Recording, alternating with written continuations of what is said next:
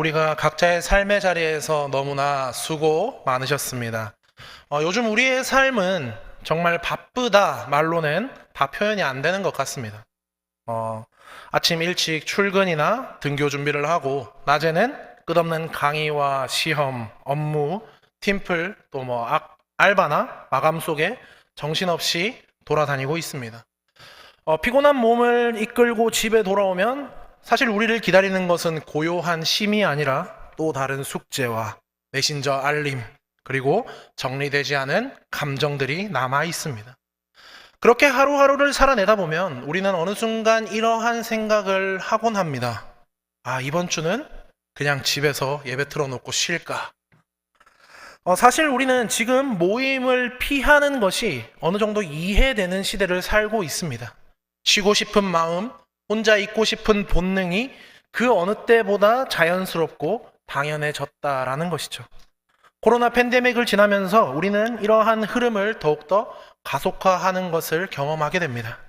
온라인 예배가 일상이 되었고 모임 없는 신앙생활도 가능하다라는 인식이 깊이 자리 잡은 것이죠. 더구나 우리의 삶은 앞에서 이야기한 것처럼 너무나 바쁩니다. 학업이나 취업 준비나 인간관계나 장거리 통학이나 야근을 하는 청년들도 있을 것이고요. 이러한 현실 앞에서 우리는 모이는 것이 부담스럽고 안 나가는 것은 이해받는 선택이 되어가고 있습니다. 그런데 오늘 본문 히브리서 10장 25절의 말씀은 그런 우리에게 정면으로 도전하는 모습을 보여줍니다. 모이기를 패하는 어떤 사람들의 습관과 같이 하지 말고. 이 말씀은 단순히 교회 나오라라는 말이 아닙니다. 당시 히브리서를 받았던 그 초대교회의 성도들 역시 지금 우리와 비슷한 상황에 놓여 있었습니다. 그들은 예수님을 믿는다라는 이유로 유대인 공동체에서 배척을 당했고 회당 출입을 금지당했으며 삶의 기반이 무너졌습니다. 사람들과 어울리는 것이 두려웠고 드러내놓고 모이는 것이 위험한 시대였습니다. 그래서 점점 사람들은 모이기를 피했고 신앙은 점점 개인적인 것으로 축소되기 시작했다라는 것이죠. 오늘날 우리도 매우 비슷하죠. 하지만 히브리서 기자는 그러한 상황 속에서도 우리에게 이렇게 말합니다. 그날이 가까움을 볼수록 더욱 그리하자. 다시 말하면 세상이 어두워질수록 신앙이 흔들릴수록 우리는 더 모여야 한다라는 것입니다.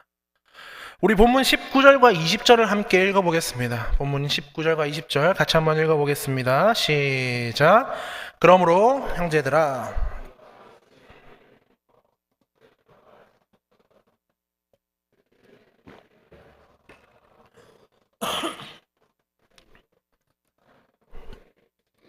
아멘. 예수님께서 자기 몸을 찢어 휘장을 열고 우리가 하나님 앞에 나아갈 수 있는 길을 내어주셨다는 것입니다. 더 이상 제사장이나 제물 없이도 우리는 담대하게 하나님께 나아갈 수 있게 된 것이죠. 그런데 여기서 중요한 것이 있습니다. 이 길은 혼자 걷는 길이 아니라 함께 들어가는 길이다라는 것입니다. 본문 22절 이하에 보면 반복되는 단어가 있습니다. 우리가 서로 모이기를, 이런 단어가 있죠. 신앙은 결코 나 혼자 지키는 것이 아니다라는 것입니다. 하나님은 우리가 함께 주님 앞에 나아가고 함께 격려하며 함께 소망을 붙들기를 원하신다는 것입니다. 그리스도의 피로 열린 산 길은 공동체의 길입니다. 하지만 문제는 우리는 이 공동체의 길보다 혼자만의 신앙이 더 익숙해졌다라는 것이죠. 처음에는 단순한 피곤 때문이었을지도 모릅니다. 하지만 그 피곤을 이유로 반복해서 모이지 않다 보니까 그것이 곧 습관이 되어 버렸습니다. 히브리서 기자가 지적한 것은 바로 이 모이기를 패하는 습관입니다. 처음에는 이유가 있었지만 나중에는 그냥 안 나가는 익숙한 상태가 되어버린 것이죠. 그런데 안타깝게도 이 습관은 우리의 신앙을 조용히 무너뜨립니다. 왜냐하면 우리는 생각보다 쉽게 무너질 수 있는 존재이기 때문이죠. 내 믿음이 강한 줄 알았지만 이 공동체에서 떨어져 있으면 점점 말씀에 무뎌지고 기도는 짧아지고 찬양은 흘려듣게 되고 결국 하나님과의 관계도 느슨해지는 것을 경험하게 됩니다. 사랑하는 여러분, 신앙은 공동체 안에서 살아있을 때 가장 건강하게 유지됩니다. 나를 기억해 주는 사람, 내 이름을 불러주는 사람, 함께 찬양하는 사람, 내 기도 제목을 안고 중보해 주는 사람이 있는 곳이 바로 예배 공동체이죠. 그래서 우리가 모이는 것이 너무나 중요하다라는 것입니다. 우리가 지성소로 나아가는 담대함을 회복하는 자리, 상한 심령을 다시 일으키는 자리, 꺼져가던 믿음을 서로 살려주는 자리, 그 자리가 바로 함께 모이는 예배의 자리입니다. 그렇다면 왜 이렇게 모이라고 히브리서 기자가 강조하고 있을까요? 우리가 그 이유를 말씀에서 찾아보려고 합니다. 오늘 말씀이 주는 세 가지 교훈 중에 첫 번째로는 예수 그리스도의 십자가가 이미 우리에게 새롭고 산 길을 열어주셨다는 것입니다. 다시 말씀드릴게요. 예수 그리스도의 십자가가 이미 우리에게 새롭고 산 길을 열어주셨다는 것입니다. 히브리서 10장 19절에서 말씀합니다. 우리 같이 한번 읽어보겠습니다. 같이 한번 읽어보겠습니다. 시작. 그러므로 형제들아, 우리가 예수의 피를 힘입어 성소에 들어갈 담력을 얻었나니. 아멘. 이 한 구절에 우리의 신앙의 핵심이 잘 담겨 있습니다. 예수님의 피, 곧 십자가의 희생으로 우리는 하나님 앞에 나아갈 수 있는 길을 얻게 되었다는 것이죠. 이 길은 제사장만 들어갈 수 있었던 지성소가 아니라 누구든 예수 그리스도를 믿는 자라면 담대히 하나님 앞으로 나아갈 수 있는 새로운 길입니다. 이 길은 새로운 살 길, 즉 살아있고 현재에도 열려있는 생명의 길이다라는 것이죠. 그런데 이 구절을 우리가 자세히 읽어보면 개인이 아닌 공동체를 향한 말씀이라는 것을 우리는 알 수 있습니다. 내가 아니라 우리가 성소에 들어갈 담력을 얻었다라고 말하고 있는 것이죠. 히브리서 기자는 신앙의 철저히 공동체적 관점에서 설명하고 있습니다. 하나님이 열어주신 은혜의 길은 혼자 걷는 은둔의 길이 아니라 함께 걷는 믿음의 여정이다라는 것이죠. 그래서 21절은 이렇게 말씀합니다. 제가 읽어드리겠습니다. 또 하나님의 집 다스리는 큰 제사장이 계심에. 아멘. 예수님이 대제사장이 되셨다라는 것은 이제 우리가 예수님 안에서 한 가족이 되었다라는 의미입니다. 교회는 하나님의 집이며 우리는 그 집 안에서 서로의 존재를 확인하고 예배하는 형제 자매가 된 것이죠. 그래서 이제 22절은 우리에게 이렇게 권면하고 있습니다. 우리 22절 같이 한번 읽어보겠습니다. 시작. 우리가 마음의 부름을 받아 악한 양심으로부터 벗어나고 몸은 맑은 물로 씻음을 받았으니 참 마음과 온전한 믿음으로 하나님께 나아가자. 아멘. 여기서도 우리가 라고 기록되어 있죠. 혼자 신앙생활을 하다 보면 마음이 흐려지고 믿음이 약해집니다. 그러나 함께 예배하고 함께 찬양하며 함께 기도할 때에 우리의 믿음은 서로 다시 온전해질 수 있는 것이죠. 오늘날 많은 청년들이 나 혼자 신앙생활도 잘할 수 있다라고 말합니다. 물론 하나님께서는 각 개인과도 교제하십니다. 그러나 하나님이 디자인하신 신앙의 길은 처음부터 공동체 안에 있었습니다. 예배는 그저 종교 행사가 아니라 예수님이 피로 열어주신 생명의 길을 함께 걷는 시간입니다. 사랑하는 여러분, 모이는 것을 불편하게 여기는 시대이지만 바로 그렇기 때문에 더 우리가 함께 해야 할 때일 줄로 믿습니다. 예수님은 길을 여셨고 그 길은 나만이 아니라 우리 모두를 위한 길이기 때문입니다. 우리가 드릴 수 있는 예배의 시간은 바로 그 길을 함께 걷는 시간이죠. 함께 가야 합니다. 함께 나아갈 때 우리는 더 멀리, 더 깊이 주님께로 갈 수 있기 때문입니다. 우리가 함께 하나님께 나아가자. 이 말씀이 여러분의 고백이 되시기를 주님의 이름으로 축복합니다. 두 번째로 오늘 본문이 우리에게 주는 교훈은 우리가 서로를 격려할 수 있는 유일한 방식은 함께 하는 것이기 때문입니다. 다시요. 서로를 격려할 수 있는 유일한 방식은 함께 하는 것이기 때문이다. 사랑하는 여러분, 히브리서 10장 23절은 우리에게 이렇게 권면하고 있습니다. 우리 10장 23절도 같이 한번 읽어보겠습니다. 시작. 또 약속하신 이는 미쁘시니 우리가 믿는 도리의 소망을 움직이지 말며 굳게 잡고. 아멘. 세상은 끊임없이 우리를 흔들고 있습니다. 취업의 불안, 인간관계의 외로움, 불투명한 미래는 청년의 마음을 무기력하게 만들고 믿음조차 흔들리게 하죠. 그래서 우리는 하나님이 주신 약속, 곧 구원과 생명, 하나님 나라의 소망을 굳게 붙드는 것이 필요한 것입니다. 그런데 이 소망을 굳게 잡는 것은 개인의 결단만으로는 오래 가기가 어렵다라는 것이죠. 24절은 이렇게 말하고 있습니다. 서로 돌아보아 사랑과 선행을 격려하며. 아멘. 신앙은 철저히 서로를 향한 운동이다라는 것이죠. 내가 힘들 때 누군가 나를 돌아보아주고 또 내가 누군가의 지친 손을 붙들어주는 것, 이것이 신앙의 힘인 것입니다. 서로 돌아본다라는 이 말은 헬라어로 파로치스모스라고 하는데요. 원래의 뜻은 자극하다, 격려하다, 일으키다 라는 뜻을 가지고 있다고 합니다.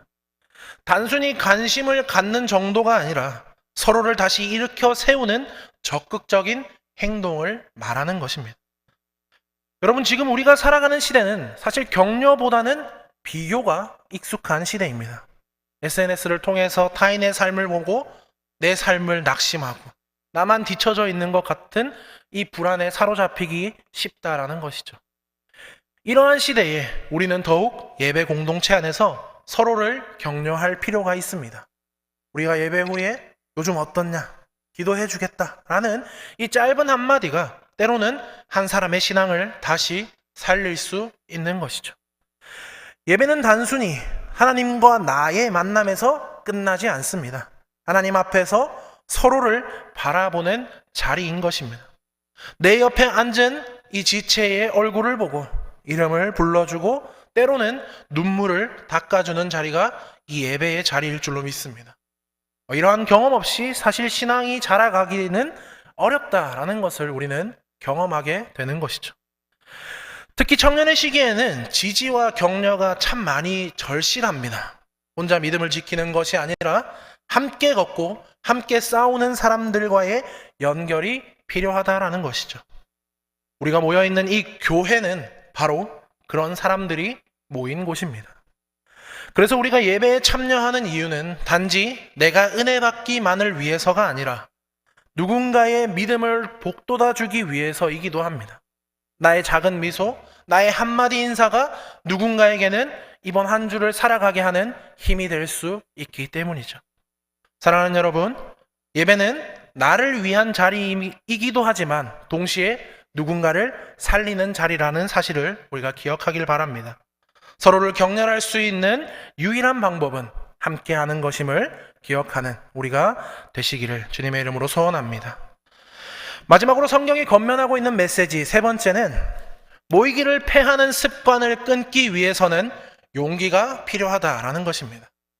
모이기를 패하는 습관을 끊기 위해서는 용기가 필요하다. 히브리서 10장 25절은 이렇게 말하고 있습니다. 우리 같이 한번 읽어보겠습니다. 시작. 모이기를 패하는 어떤 사람들의 습관과 같이 하지 말고 오직 권하여 그날이 가까움을 볼수록 더욱 그리 하자. 아멘.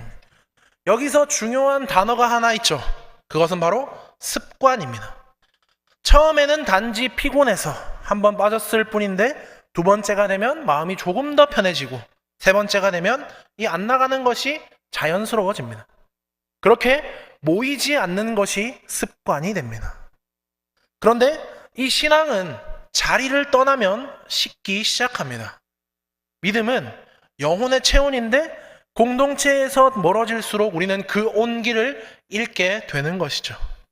더 이상 말씀에 감동하지 않고 찬양이 마음에 와닿지 않고 기도도 의무처럼 느껴지는 상태. 이 모든 것의 시작은 종종 모이기를 멈춘 습관에서부터 비롯됩니다. 히브리서 기자는 단순히 모이자라고 말하지 않습니다. 그날이 가까움을 볼수록 더욱 그리하자라고 말하고 있습니다. 여기서 말하는 날은 예수 그리스도의 재림을 의미하는 것이죠. 시간이 흐를수록, 주님의 날이 가까울수록 우리는 더욱 깨어 있어야 하고 더욱 모이기에 힘써야 한다라는 말입니다. 왜일까요? 왜 모여야 할까요? 종말이 가까워질수록 세상은 더 혼란스러워지고 믿음은 더욱더 공격받기 쉽기 때문입니다. 우리가 서로를 붙들어주지 않으면 그 어떤 강한 신앙인도 외로움과 유혹 앞에 무너지기 쉽습니다. 그러므로 우리는 모이기를 계속해서 훈련해야 하고 그것을 방해하는 모든 습관과 싸워 나가야 합니다. 그 싸움에는 용기가 필요하다라는 것이죠. 단순히 의지가 아니라 믿음에서 나오는 용기를 말하는 것입니다. 바쁜 일정을 미뤄두고 예배를 우선순위로 두는 용기, 스스로 정당화하던 이유들을 내려놓는 용기, 다음 주부터 나가자라는 이 마음을 멈추고 이번 주를 선택하는 용기. 예배는 귀찮음을 극복하는 장소가 아니라 용기로 나아가는 믿음의 훈련장일 줄로 믿습니다. 그 한 번의 결단이 습관을 끊어내고 영혼을 다시 뜨겁게 할 수 있는 것이죠. 하나님께서는 그러한 한 걸음을 결코 작게 보지 않으십니다. 사랑하는 청년 여러분, 모이지 않던 습관을 끊기 위해서는 믿음의 용기가 필요합니다. 그리고 그 용기는 혼자서 생겨나지 않습니다. 함께 모일 때 우리는 서로에게서 용기를 얻게 될 것이고 서로를 건면하며 다시 일어설 수 있을 것입니다. 우리가 드리는 예배는 단지 일정의 한 조각이 아닙니다. 하나님 앞에 나아가는 길을 되찾는 시간이자 끊어진 영적인 습관을 다시 연결하는 시간이며 무엇보다 믿음의 용기를 회복하는 시간일 줄로 믿습니다. 그러니 여러분 결단하시기 바랍니다. 나는 모이기를 패하는 습관을 끊고 믿음의 자리로 돌아가겠습니다. 여러분의 그 용기 있는 선택 위에 하나님께서 반드시 은혜로 응답하실 것입니다. 우리 모두가 이러한 용기가 넘쳐나기를 주님의 이름으로 축복합니다. 말씀을 정리할 텐데요. 사랑하는 청년 여러분, 오늘 본문의 말씀은 우리에게 신앙생활의 본질을 다시 일깨워주는 역할을 합니다.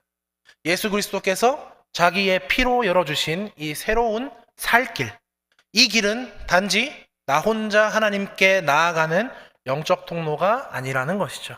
그것은 함께 걷는 길이자 서로 격려하며 나아가는 공동체의 길입니다. 믿음을 혼자 지킬 수 있을 것 같고 영상 예배로도 충분히 은혜를 누릴 수 있을 것 같지만 사실 실제로 우리의 신앙은 점점 말라갑니다. 혼자 있으면 의지도 흐려지고 기도도 짧아지고 말씀의 감동도 줄어드는 것이죠. 마치 숯불 하나가 불판 위에 떨어져 나가면 금세 식어버리는 것처럼 공동체에서 떨어져 나간 신앙은 쉽게 차가워집니다.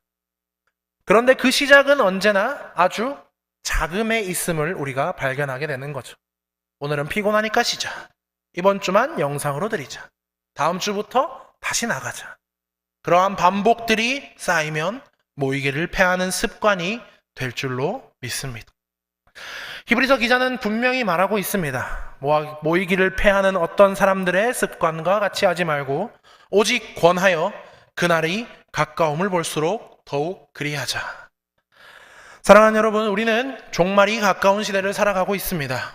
어둠은 더욱더 짙어지고 유혹은 더욱더 강해지고 신앙은 매일매일 흔들립니다. 그렇기 때문에 하나님은 우리에게 함께 모이라고 하십니다. 단지 예배를 드리기 위해서가 아니라 서로를 살리기 위해서, 믿음의 불씨를 살리기 위해서 담대하게 하나님께 나아가기 위해서입니다. 이제 여러분에게 묻고 싶습니다. 지금 여러분의 토요일 저녁은 무엇으로 채워가고 계십니까? 그 자리에 예배가 있습니까? 아니면 피곤과 거리감이 자리를 차지하고 있지는 않습니까? 이번 주 우리가 드리려 하는 이 토요 예배는 사실 새로운 습관의 시작이 될 줄로 믿습니다. 주일만 드리면 되지, 뭘 또 예배에 참석하느냐가 아니라 믿음의 습관을 바꾸는 은혜의 계기가 될 것입니다. 우리는 단지 예배 출석자가 아니라 지성소로 함께 나아가는 공동체입니다.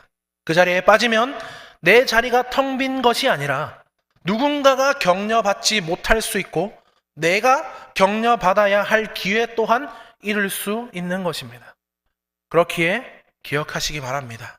우리가 이번 주 토요 예배에 누군가의 영적 루틴을 회복시키는 날로 결단하시기 바랍니다. 누군가는 여러분 자신일 수도 있을 것이고요. 여러분이 손잡아 주어야 할 옆 사람이 될 수도 있습니다. 그러니 여러분 주저하지 마시고 이번 주 토요일에 우리가 만나기를 바랍니다. 그리고 그 자리에 함께 할 때에 우리는 더 이상 혼자가 아니며 더 이상 무기력하지 않으며 더 이상 두려움에 끌려다니지 않을 것입니다. 우리는 그리스도의 피로 열린 살 길을 함께 걷는 믿음의 사람들이기 때문이죠. 사랑하는 여러분, 이번 주 우리가 그 길 위에서 다시 한 걸음을 내딛기를 소원합니다. 모이기를 패하는 습관을 끊어내고 그 한 걸음이 주님께서 주시는 새 힘과 소망의 시작이 될 것입니다. 하나님은 여러분의 자리를 이미 비워두시고 기다리고 계십니다. 함께 지성소로 나아가 함께 은혜의 자리에 다시 서서 함께 다시 살아나는 라마 공동체, 여소로 공동체가 되시기를 주님의 이름으로 축원합니다.